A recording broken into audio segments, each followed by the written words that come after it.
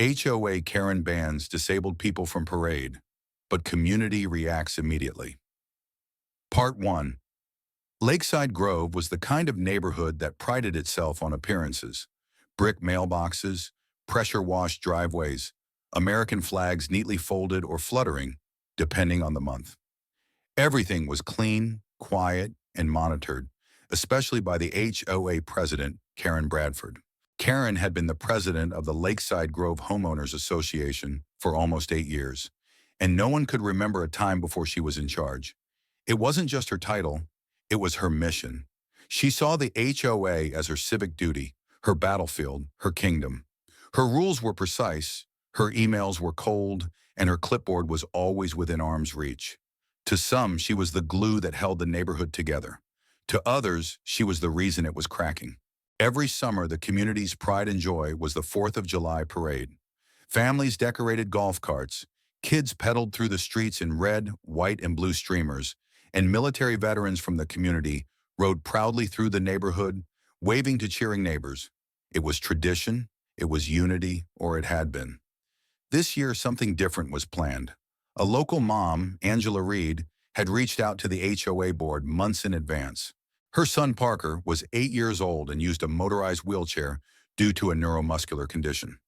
Angela had coordinated with other families and veterans in the neighborhood to organize an inclusion float, one that featured children and adults with disabilities riding together, celebrating freedom in their own way. Angela had sent emails, arranged meetings, submitted float renderings, even offered to cover costs for safety rails and decorations. She got one response: "We'll review." Then nothing, until 5 days before the parade. That's when the email came. Subject line: float participation restrictions, final parade approval. Dear residents, as part of our ongoing efforts to maintain the visual and logistical integrity of the Lakeside Grove 4th of July parade, the HOA has decided that only traditional, non-mechanized walking or riding participants will be permitted. Unfortunately, this means that any participation involving electric mobility devices, wheelchair platforms, or non-traditional parade entries must be withdrawn for the safety and efficiency of the event. Thank you for understanding. Karen Bradford, HOA President, Lakeside Grove. Angela read the email twice, then a third time. Her hands trembled. This wasn't about safety. This was about exclusion. She posted the email in the Lakeside Grove residents' Facebook group with a caption that read, "Apparently kids in wheelchairs don't belong in our parade. Here's what HOA President Karen Bradford thinks of inclusion." Within hours, the post had over 200 comments. Some were stunned, some defensive, but most were furious. That night, Desmond Carter, a decorated Army vet and double amputee who had helped train local disabled veterans for adaptive sports, commented, "I was looking forward to riding with the other vets in my chair. Looks like I've been uninvited too." By morning, local news had picked it up. Karen didn't respond. She issued no statement. She deleted her HOA Facebook account. But the community didn't go quiet. They went loud. Angela organized an emergency meeting on her front lawn. 40 people showed up with coffee and lawn chairs. Parents, veterans, teens, seniors. People who never spoke up before. "We're not asking," Angela said. "We're marching, with or without HOA permission." Someone in the crowd raised their hand. "Is that allowed?" Desmond stood up from his chair, sunglasses on, flag pin on his chest. "It wasn't allowed for people like me to fight for this country once either. Didn't stop me then." The crowd erupted. Plans began that afternoon. Residents offered supplies. Some donated balloons, paint, wood, and lights. A group of teens started building a float from scratch in someone's driveway. Grandparents offered to walk alongside and hand out water bottles. Someone borrowed a speaker and programmed a playlist full of patriotic anthems. Word spread fast. Local businesses offered to sponsor the float. A nearby veterans organization offered a truck and trailer. The HOA, still under Karen's grip, sent a passive-aggressive notice reminding everyone that the parade was a sanctioned community event, not an open platform. They were ignored. By the night of July 3rd, over 100 residents had confirmed they were marching with the inclusion float. Karen peeked from behind her curtain that evening and saw dozens of neighbors gathered on Angela's lawn, helping children attach streamers to wheelchairs and painting signs that read, "Freedom rolls for everyone. We all belong on Main Street. Independence means inclusion." She tightened her jaw and closed the curtain. But it was too late. The community had already chosen. Part 2. The morning of July 4th dawned clear and golden. Blue skies stretched above Lakeside Grove as kids on bikes wove ribbons through their handlebars. Neighbors set up lawn chairs along the curb, and the smell of sunscreen and cinnamon rolls drifted through the air. But this year, the vibe was different. There was electricity in the silence. Anticipation. The regular HOA-sanctioned parade lineup began at 9 a.m. Ahina, just as it always did, led by Karen herself in her red convertible with a plastic tiara and a sash that read, HOA President, Lakeside Grove. She smiled and waved stiffly to scattered applause. But most of the crowd wasn't gathered on the official parade route. They were waiting 2 blocks down, where Angela and Desmond's float stood proudly, red, white, and blue streamers wrapped around a flatbed trailer lined with adaptive seats, ramps, and hand-decorated wheelchairs. It was a masterpiece. Parker sat in the front of the float, beaming, holding a sparkler-shaped flag. Beside him, other children with disabilities waved to cheering neighbors. Desmond sat near the back, dressed in full uniform with his medals pinned high and proud. There were signs on both sides of the float. Rolling strong. Our freedom is access. The crowd surrounding them tripled in size every 10 minutes. Parents, teens, elderly couples, veterans. Even the mailman had shown up in full uniform with a mini flag taped to his bag. Angela stood with a megaphone. We march at 9:30. At 9:28, Karen appeared. She stormed into the street, clipboard in hand, flanked by 2 HOA board members who looked like they really didn't want to be there. "You can't do this," she shouted. "This float is not HOA approved. You're in violation of neighborhood policy." Desmond wheeled forward. "You're violating people's rights." Karen's eyes burned. "This isn't a protest, it's a community event. There are rules." Angela stepped beside him. "We're the community. You don't get to define it anymore." Karen pointed toward a sheriff's cruiser parked at the corner. "I've already called security." The officer stepped out calmly, sunglasses on, and walked over. Karen spun toward him.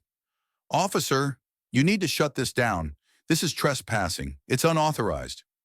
The officer glanced at the float, the children, the families, the flags. He leaned toward Karen and said evenly, "Ma'am, this is a public street. No laws are being broken here." Karen's mouth dropped open. But the HOA doesn't override the Constitution," he replied. Cheers broke out from the crowd. Karen turned, stunned, as dozens of people clapped, some even filming. A neighbor shouted, "Let them roll, Karen!" Another yelled, "You're on the wrong side of history." Red-faced and flustered, Karen retreated to the sidewalk, muttering to herself and gripping her clipboard so tightly her knuckles turned white. And at 9:30 a.m., sharp, the inclusion float rolled forward. The crowd moved with it. Hundreds of residents walked behind the float, on bikes, on scooters, holding hands, waving flags. The original HOA-sanctioned parade dissolved. People left their chairs and joined the march. The noise was deafening. Cheers, music, laughter. Neighbors chanted, "Who belongs? We belong! Roll on, roll proud!" Desmond tipped his cap to a group of saluting veterans on the sidewalk. Parker's smile lit up the whole street. And Karen? She stood there, surrounded by everything she had tried to control, and watched it all leave her behind. Later that day, the local news aired footage of the float with the headline, "Community Overrules HOA Ban. Disabled Residents Lead Parade with Pride." The segment included interviews with veterans, kids, and families from across the spectrum. Angela, calm and confident, said on camera, "This wasn't just about a parade. It was about who gets to feel seen, who gets to feel welcome." The news anchor signed off with, "Sometimes the strongest marchers are the ones who roll." By sunset, the HOA inbox had over 200 complaints against Karen. A group of residents filed a formal petition requesting her removal as president. The Briarvine, Lakeside Grove's unofficial neighborhood blog, wrote a biting article titled, "How HOA Power Was Flattened by a Float." And Desmond? He posted a photo that night of the entire float crew gathered together, sweaty, smiling, with fireworks bursting in the background. Caption, "They tried to keep us out. Instead, we led the way. Happy Independence Day." Part 3. Karen Bradford was furious, humiliated, undermined, exposed. She sat in her home office rewatching the news clip for the third time. Her jaw clenched every time her name was mentioned. The segment didn't use words like discrimination or racism, but the message was loud and clear. She had lost control of the narrative, and worse, she had lost the neighborhood. The morning after the parade, she received over 80 emails. Only 2 were supportive. The rest demanded answers, accountability, or her resignation. But Karen wasn't ready to step down. Not yet. She poured herself a glass of sparkling water, sat down with her HOA binder, and began flipping through bylaws. If the community wanted to wage war, she would fight back with paperwork. She still had the rules on her side. That afternoon, she sent an official HOA email titled, "Subject: Unauthorized use of HOA property. Investigation pending to all residents due to the unauthorized use of HOA-funded infrastructure during the Independence Day parade. The board will be reviewing all footage and participation lists. Any homeowners who violated HOA guidelines may be subject to fines or suspension of privileges." Karen Bradford, HOA president. It was an attempt to reassert control. It backfired immediately. The Lakeside Grove Facebook group exploded. Angela replied with a screenshot of Karen's email and wrote, "Is this what we're doing now? Punishing families for celebrating inclusion?" Desmond commented below, "Let her investigate. I'll proudly sign my name to what we did." More neighbors joined in. "I pushed my dad's wheelchair in that parade. Find me and see what happens." She's not punishing rule breakers, she's punishing visibility. Front to Washurum. By the end of the day, over 150 residents had signed a community letter condemning Karen's actions and calling for a special election to remove her as HOA president. Karen responded by calling an emergency board meeting. Only 2 board members showed up. The others sent private messages saying they no longer supported the direction the HOA was taking under her leadership. At that moment, Karen realized something. The power she thought was hers had never really been hers. It only worked because people allowed it, and they weren't allowing it anymore. While Karen scrambled behind the scenes, something very different was happening out in the open. Desmond and Angela, along with several other residents, formed the Lakeside Inclusion Committee, a grassroots group dedicated to making sure no one in the neighborhood was ever excluded again. They held a community potluck in the park, hosted workshops on ADA accessibility, and even invited local officials to talk about neighborhood equity. Residents who had never spoken at HOA meetings before now stood confidently at the mic, sharing stories, ideas, and visions for a better, more welcoming Lakeside Grove. Teens created sidewalk chalk murals with the words, "Every wheel has a place. We roll together." And one 10-year-old girl named Lucy, who had watched her older brother Parker lead the float, wrote a poem titled "My Parade Has Room for You," which went viral after her teacher posted it online. Karen watched it all unfold. Each event, each post, each sign of unity that left no room for her kind of control. Then came the final blow. The HOA board received a formal petition with over 200 signatures, more than enough to trigger a recall vote. At the next HOA meeting, the room was packed. Not with Karen's usual crowd of quiet rule followers, but with families, veterans, children with mobility aids, and longtime residents who had finally found their voices. Karen stood at the podium, trying to give one last speech. She began with the words, "I was only trying to," but the crowd didn't let her finish. Someone in the back stood and calmly said, "No more speeches, just the vote." The vote was called, and just like that, Karen Bradford was officially removed as HOA president. No one cheered. There was no outburst, just a collective exhale, a peaceful release. Karen stepped down and walked out of the room, her clipboard tucked under her arm for the last time. Outside, Desmond held the door open for her as she passed. Their eyes met briefly. Karen paused, then kept walking. Desmond let the door close gently behind her. Part 4. The weeks following Karen Bradford's resignation felt lighter, like the entire neighborhood had exhaled after holding its breath for years. Without her oversight, Lakeside Grove didn't fall into chaos. In fact, it flourished. Lawn signs began popping up, simple ones with powerful words, "Everyone belongs." "Inclusion lives here." "Our parade, our people." The HOA board appointed an interim president, Linda Diaz, a former school counselor known for her calm leadership and love of potlucks. Under Linda's direction, the board called for community input on rewriting outdated rules, especially those that had once been used to exclude. Angela was asked to join the Rule Revision Committee. Desmond, of course, declined any title. "I'll help," he said, "but I'm not interested in power. I've seen what it does when it goes unchecked." Instead, he focused on building something better, alongside the very people Karen once tried to silence. Together, they launched the Access for All initiative, a project that reviewed all HOA-owned spaces for ADA compliance. The initiative worked with architects and mobility consultants to add ramps, widen doorways, and install accessible seating around the clubhouse and park. Local high school students volunteered to build adaptive garden beds for elderly residents. Veterans teamed up with teens to lead mentorship programs. Even the annual Fall Festival was reimagined, with sensory-friendly zones, accessible games, and sign language interpreters. What began as a response to discrimination became the foundation of a more human, connected neighborhood. At the next 4th of July planning meeting, Angela stood before the crowd and held up a banner. It read, "This time we lead with love." The room burst into applause. That summer, the parade didn't just return, it evolved. Not just a float, not just a march, it became a movement.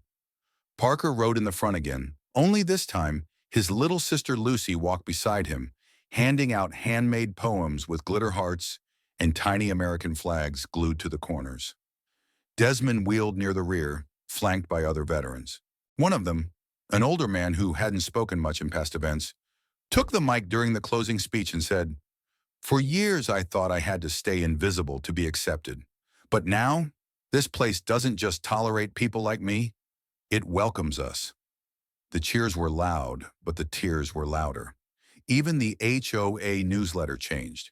Instead of stiff, rule-laced reminders, it now opened with a new column titled Voices of the Grove.